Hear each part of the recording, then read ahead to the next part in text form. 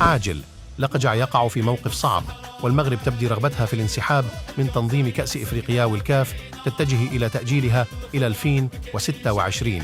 قبل ذلك يرجى دعمنا بلايك ومتابعة للقناة تشجيعا لنا. تلقت الكاف أخبار صادمة من رئيس الاتحادية المغربية فوزي لقجع، وحيث أن المغرب ليست مستعدة بعد لتنظيم كأس أفريقيا 2025 بعدما كانت السباقة لوضع ملف ترشحها، ها هي الآن تبدي رغبتها في تأجيلها.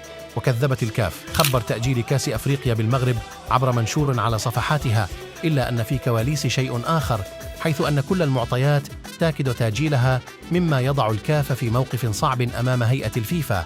يجدر بالذكر أن الجزائر سحبت ملفها قبل صدور النتائج رغم امتلاكها ملاعب عالمية. وحسب ماورد في بيان الكاف عبر موقعها الرسمي، فقد تم تحديد تاريخ 4 من شهر جويلية المقبل موعدا لإجراء قرعة كان 2025